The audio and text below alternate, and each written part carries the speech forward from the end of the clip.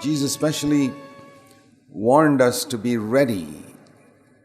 Many Christian groups spend their time studying about the details of prophecy.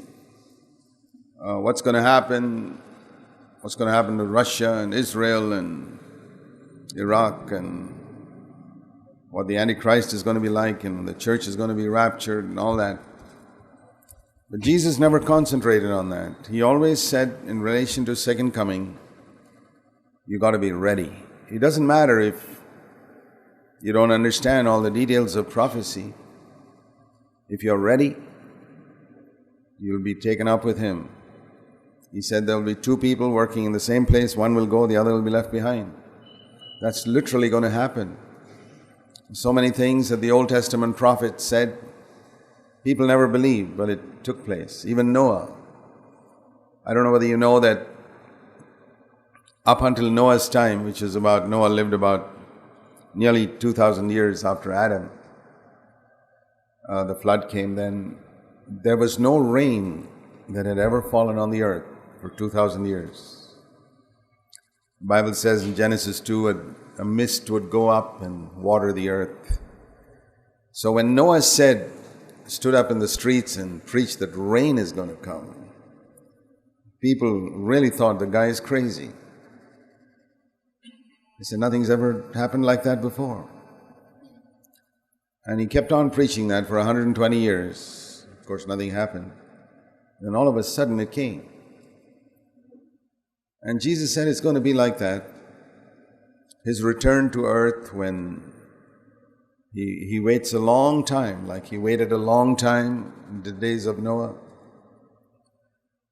I've often wondered whether in Noah's time, that only 8 people were saved. Finally, in the last day, when he said, let's get inside the ark, it was only his family.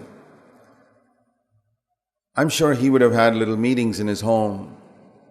And I wondered whether there were some people who heard Noah's preaching and came along to some of the meetings in his home, but then dropped out after a few years and said, well, nothing's happening, this is crazy.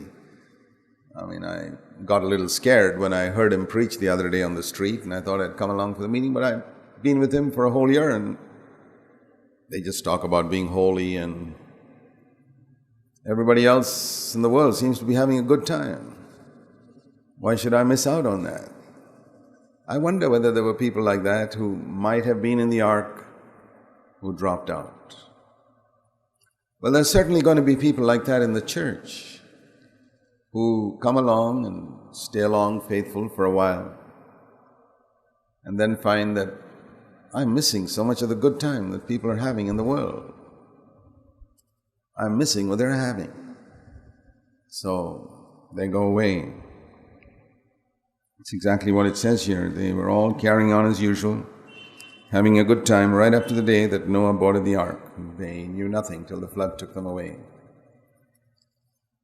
And in Hebrews, when we read a commentary about Noah's attitude, the reason why this is important is because Jesus specifically said that the last days, and I'm absolutely convinced in my life that we're living in the last days. I don't have the slightest doubt about it.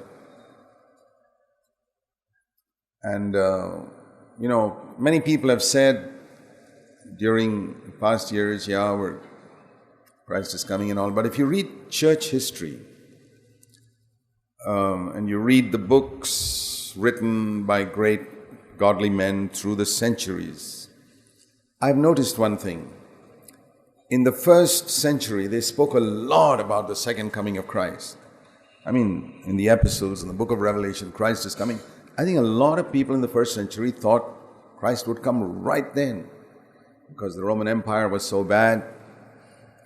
And certainly when Jerusalem was destroyed 40 years after Christ's crucifixion, they really thought Christ is going to come now.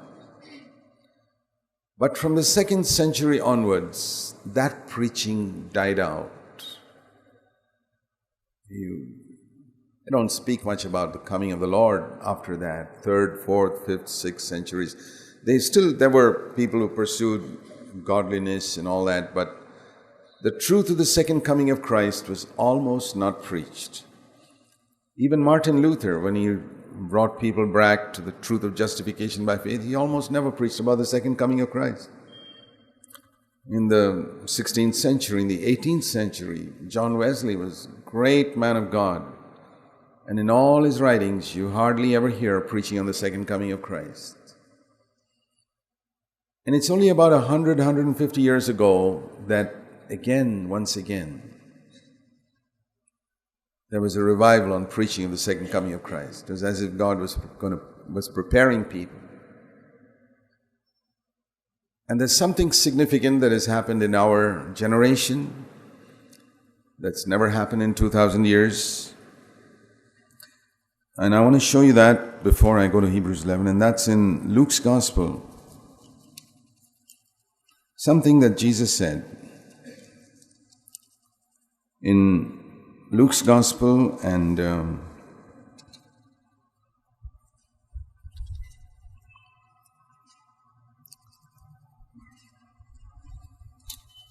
think it's chapter 21.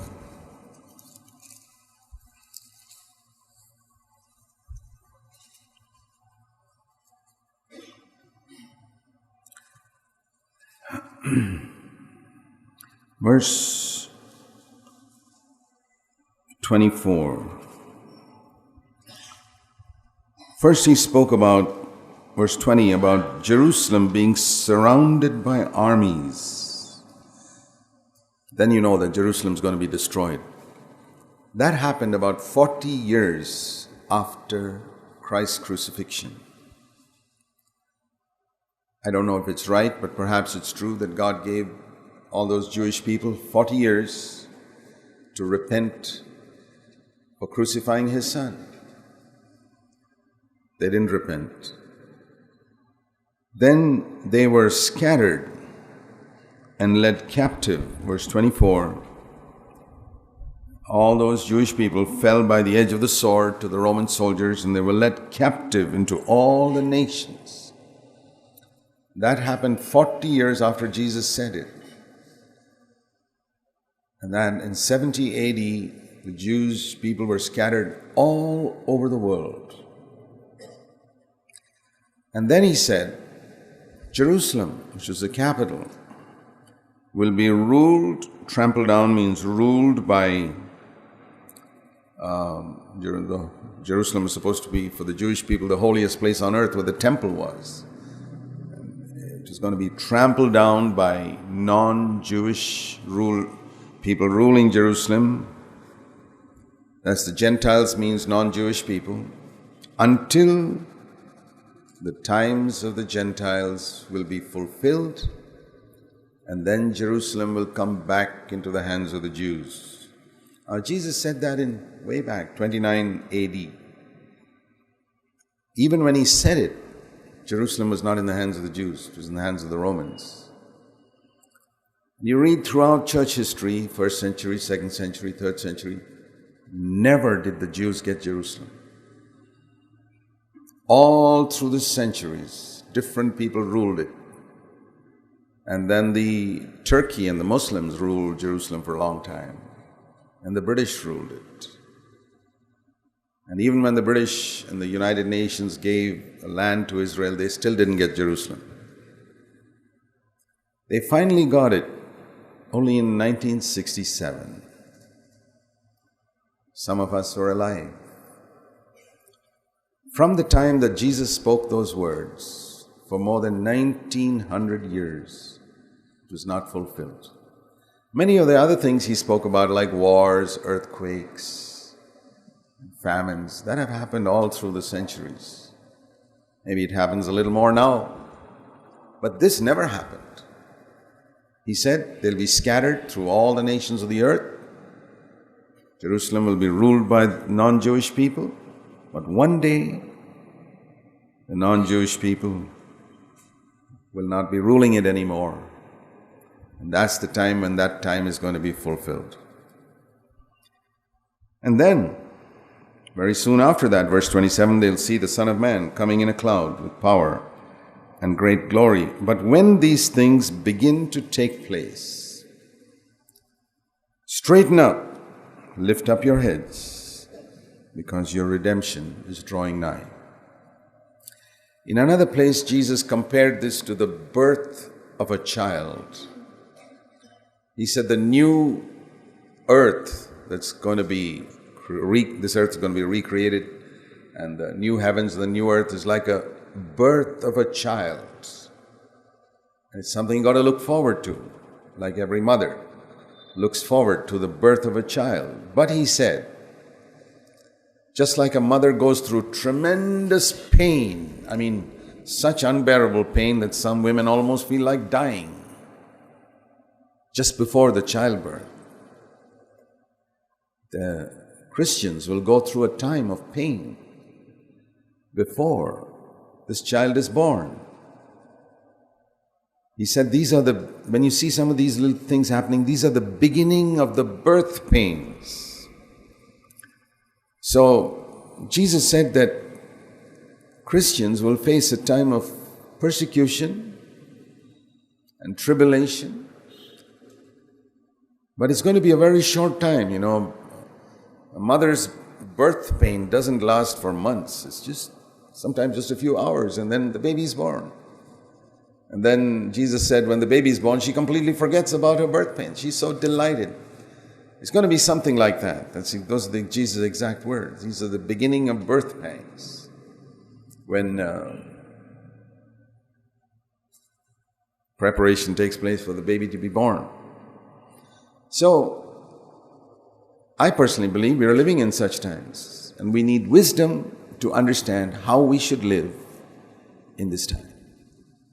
Jesus said we got to straighten up and not be like all the others. Because he said, what's going to happen is, verse 32, this generation will not pass away till all these things take place. Now that's my personal conviction. That the generation that sees these things happen is going to be the generation that sees the coming of Christ.